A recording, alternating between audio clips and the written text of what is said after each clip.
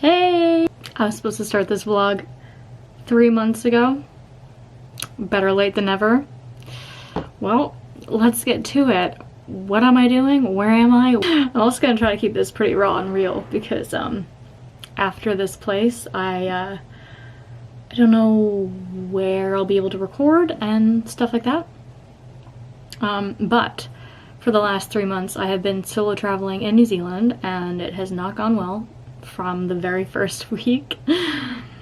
And you guys have seen me online, all the videos.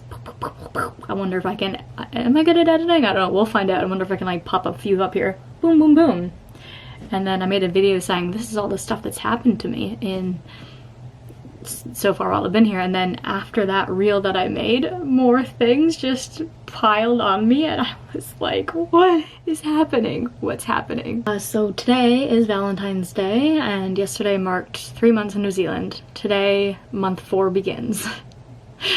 I was on my way to do errands today and someone left me their number on my car. Turns out, and I went to put that number into my phone and be like, oh, thank you, that made my day. Turns out that was someone that was offering me a place to stay when I was in an unsafe situation on January 10th. So I already had his number in my phone and I was like, oh, this is awkward. What are the chances? So month 4 is off to a great start. I don't know what the first vlog was supposed to be about, but it's Valentine's Day and I'm gonna get ready. So maybe we can get ready together.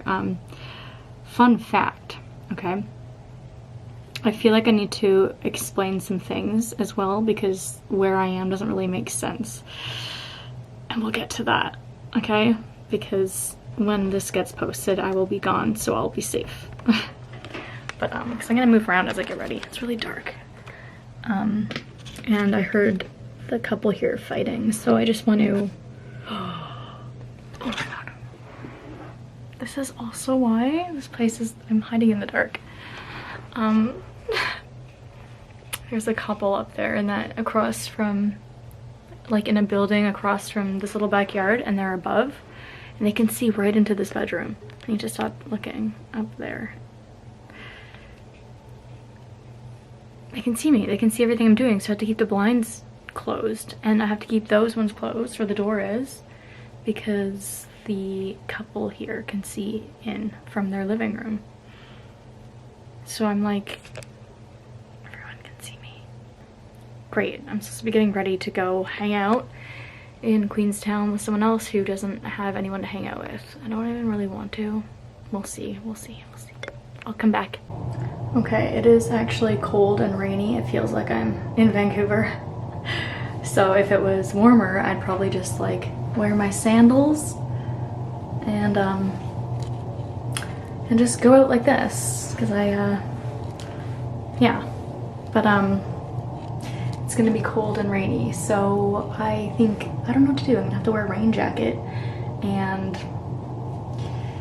just I wanted to look different because I'm always seen wearing the same thing, which is just like chino pants and jeans that are stained. I wanted to look cute, but I don't think the weather is gonna allow me to look cute. Also, I'm standing on this chair because they don't have a full-length mirror, so I don't know what to do. Okay, or I could do this. This is my little dress that was given to me. Could just wear a cardigan. I think I'm gonna be inside. I could just like have my raincoat on and then take it off and then have this. And I'm obviously gonna wear shorts underneath because I don't trust men. And I'm still kind of bleeding. But then my legs will be cold. I'd be wearing Vans though again, my Vans, because I don't want my sandals to get all slippery and wet. Do I just wear this? My other option to play it safe is just, these are my only jeans that came from Canada. But they are stained. I have oil stains all over them. Anyway, they're flared. And I usually wear a belt because I lost weight. And I was gonna wear a red shirt because it's Valentine's Day. Just a red tee, but I always freaking wear the same thing. Just t-shirt, jeans. I don't know what I'm wearing yet, but now someone on Tinder just asked to go have some vino, and I was like, well, where is that happening? Because that will also determine what I'm wearing. And then the guy who left his number on my dash, which I'm not really interested in, he's like, oh, there's a doof party happening in Arrowtown, which is like from where I am about an hour away, maybe an hour? No, 40 minutes? I don't know. Anyway, with that though, that could be risky. I don't know what a doof party is, and also how would I get there and how would I get back home? I don't know. None of the options are great, really. Okay, I'm in the bathroom because I don't know where else to go. I don't think I'm gonna go with the guy who left his number because it sounds like a lot of fun. I discovered it's a bush party, like a secret bush party. I've heard about those. Just the only thing is I don't know him. Yeah, and he said he's driving there and driving back. So I'd be going with him, and I get nervous now. I don't trust men with their intentions, even if they may say they're a good person. I've had people tell me that so many times, and then let's talk about dating then, shall we? Just a little bit of dating while I've been here in New Zealand, because it'll lead into why I'm here. It was never my sole purpose to seek out someone. I mean, I was always open to it. I've been single for a while, so you miss love. And I mean, I'm in my mid-30s, so anyway, so I've been on the apps. My first bad experience, I got assaulted my first week here within a few days of landing in Auckland. That one, I didn't meet him on an app, but I don't know, we kind of hit it off. It was not good. The second one was a Hinge date, and I was meant to road trip down with my friend on the west coast, and I stopped on the side of the road. I flipped a coin and I said, heads, follow my friend, continue the road trip. Tails, YOLO, let's go on a date. I'll catch up the next day. I'll be a day behind. Tails, it was tails, and I was like, maybe this is what God wants, maybe this is what the universe wants. Anyway, long story short, I ended up getting food poisoning at this guy's house. He reminded me a lot of Jesse Pinkman to a T. Like the way he looks, his mannerisms, he drives a beat up red car, kind of looks sporty looking-ish, dresses like him, smokes weed all the time. I was like, this is Jesse Pinkman. Which, I mean, not good for me, but it was attractive because Jesse Pinkman. Anyway, I was stuck there with food poisoning for 3 days, so that was, it set me apart from my friend who just ended up ditching me. My next encounter with someone that I genuinely liked was at RNA Festival. I volunteered at a festival called Rhythm and Elks. I remember I was getting my area set up. I was like, I guess I'll just plop here. And this girl was beside me. I was like, hey, you traveling solo? She's like, yeah. I was like, oh, me too, cool. And then this guy comes and he's like, is this spot taken? I was like, no, you can pitch there. And he's like, cool. And just, we all hit it off really well. Me, this girl, and this guy. And we were festy besties. We hung out the whole time, us three. And right off the bat, when he pitched his tent beside me, I was like, no, this is, he's so freaking cute. Not good, not good. He could be taken, it could be, you know, he could have a girlfriend, he could, I don't know, maybe he's gay, maybe, I don't know him, right? So I was like, let's just not jump ahead, okay? Let's be cool as a cucumber, let's be chill.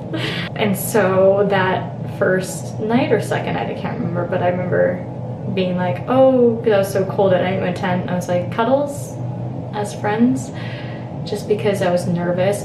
Why did I say that? I think I was nervous to be rejected, so I just said as friends. But obviously I wanted more than that. And it became apparent the next day, over the next few days, that because we kissed and stuff, and he's a really good kisser. Actually, that's how I can tell also if we're gonna have like good chemistry is if our kissing matches and flows together. You know, sometimes you kiss someone, it's like your mouths just don't work together.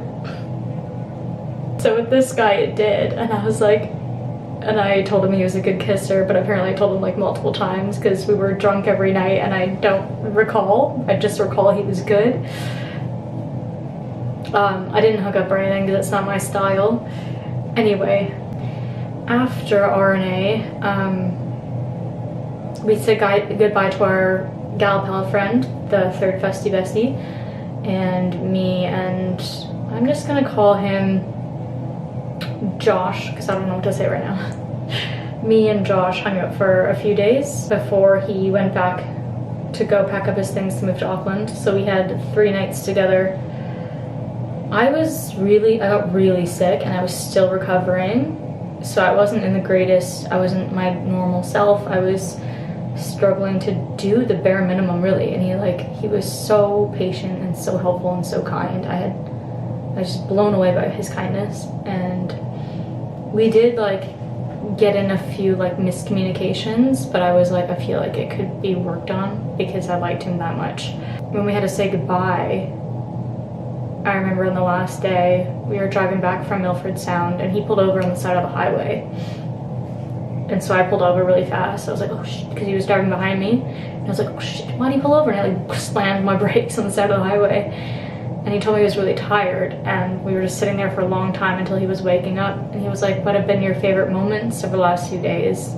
Which made me start crying, and I was telling him, and he told me I cried mainly that whole drive. I didn't want to say goodbye, and I'm fucking crying. That day, saying goodbye, we parted ways in Tinau, and I thought I was gonna be able to compose myself, and then I started crying again, and we hugged, and we couldn't kiss actually because I had an allergic reaction going on with my lip, and he also had a spot on his lip. Turns out we both contracted HSV1, which is cold sores from the festival, so he didn't want to kiss me and give that to me. Meanwhile, I already contracted it, but we didn't know what was going on. So to be safe, we didn't kiss the entire 3 days we were hanging out together.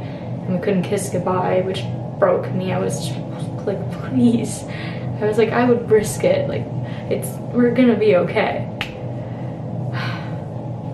And even if it was cold sores, we both had it. We would have been fine. I was so sad. And we were staying in contact because we were gonna see where it went. And I was willing to, I was actually thinking about going to Auckland, just going there to be with him. And we were gonna look at flights to meet up, and I'm supposed to be seeing him at the end of February. As friends now though, because as January passed and a lot of negative things happened to me and I had a lot of setbacks, I was struggling with a lot, and I guess he realized he couldn't be there for me because he had just moved and he's busy with a new job and everything. And I could sense him pulling away via how he texted me. And knowing that he was pulling away, I was trying to be open to maybe seeing somebody else to distract me a little bit, I guess. And I didn't even intend on meeting, let's call this other guy Sean. I didn't intend on meeting Sean. I went out one night when I had a job that didn't last long, and me and Sean, he's really young, 9 years younger, 9.5. And Sean was helping me out a lot, and he has a lot of money. I don't know if it was an ego thing with the money and helping me out, or because he ended up saying I don't even know if I really liked you or if I just wanted to help you, which also really hurt. And he ended things, and there was a whole fiasco and something happened with that, which I'm not going to talk about in the first vlog. I'm just trying to talk about how I ended up here. Sean's trying to help me out because my weight has plummeted so much. I need to get my weight back up, and my health in a better place so I can just heal from everything I've gone through. And so he wanted to help me, and I could sense Josh pulling away, and I was like, okay, sure, I will sign papers to live with you. And we went to this place that I'm at now. It's a little studio. signed papers to live with him, and then he, the next morning, the night before we signed it together, the next morning he ends things. Because he said, I need space, and I said, if someone tells me they need space, that usually means they're not interested, can you be honest? And he blames me for everything. And I'm like, well, you're the one who did things. And it was just, that has been a rough thing to deal with. And I had, anyway, a bunch of unsafe things happened to me. I got kicked out in the middle of the night, and nowhere to go, just one thing after the other, just trusting strangers, and it just ends up being horrible. And I was staying somewhere like a short walk from here, and I walked over here and I just broke down. And I let her know everything, and she's like, you can stay here. And so I've been paying to stay here for a few nights without him, which is so strange and sad. And then I finally got news yesterday. Okay, I need to make this really quick because I don't have much memory space. I just got news from yesterday from Josh saying that, you know, he doesn't want to lead me on. And I was like, well, you kind of were the whole time. So I saw it coming, but it still hurts. And I'm supposed to see him at the end of February, and I'm just gonna want to kiss him because I miss him, and I see him more than a friend.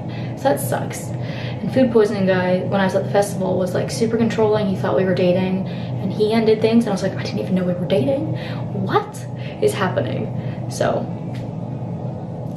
3 people, I guess, broke up with me so far in the 3 months that I've been here. Now it's Valentine's Day, and I'm gonna start living for me and guarding my heart more. It's hard. I don't know what I'm doing yet tonight. Gotta still get ready. But I wasn't fully committed to anyone. Like, no one has said, do you want to be my girlfriend? That's the catch, the whole, but yet I was broken up with, I guess, twice. And then then Josh was like, yeah, you can't keep doing this. Can you talk about kids with me?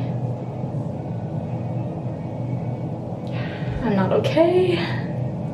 I don't have a proper way of cooking here. This is the kitchen. Just that. And I don't believe in microwaves. I'm a conspiracy theorist. This is absolutely disgusting. I need to flush this down the toilet. And I guess this is the kitchen sink as well. That's where I was sitting earlier. Oh my gosh. So I didn't get to eat.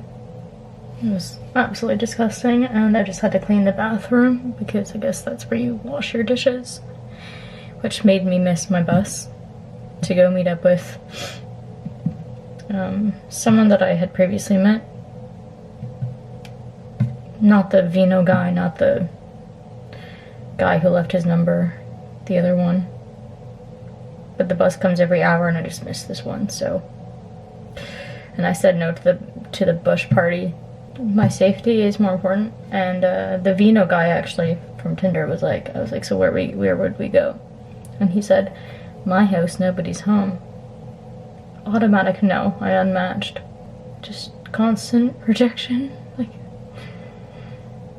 yeah, just gonna try to feel just like I'm write a list of all the things I like about myself or love about myself. Sorry, I did not mean to make this very depressing and sad. We'll see what happens. We'll see what happens. I need to remember to look at the lens and not myself. I just like to make sure I'm in frame. Okay. I don't know how to end this first vlog. Maybe I'll come back on and say hello and let you know how it went, how my night went. I don't know. I have a million vlogs. I started actually vlogging in the springtime in Canada last year, so last April, all my camping trips. Vlogged them all, intending to, you know, start up my YouTube channel before coming to New Zealand. I just never got the chance. Yeah, a lot of catching up to do. Those will be coming too, hopefully. It's the next day. It's so simple. Like, I set my boundaries and you break them. I'm obviously not going to talk to you again or be interested in you. And people who respect boundaries, that's kind, that's hot, that's attractive. And then guys wonder like why they can't get a girl and stuff. Maybe just respect her boundaries and be kind. That was awful. And the guy back home that I was living in abuse with for years just told me today I actually feel so sick, like I'm barely surviving. And he's like, I worked out a plan so that they're not your cats anymore. The one thing keeping me going has been my cats, and he just took that from me. I need to do laundry and somehow make my car livable. And yeah, I'll next be vlogging from my car. Hope you had a better Valentine's Day than I did.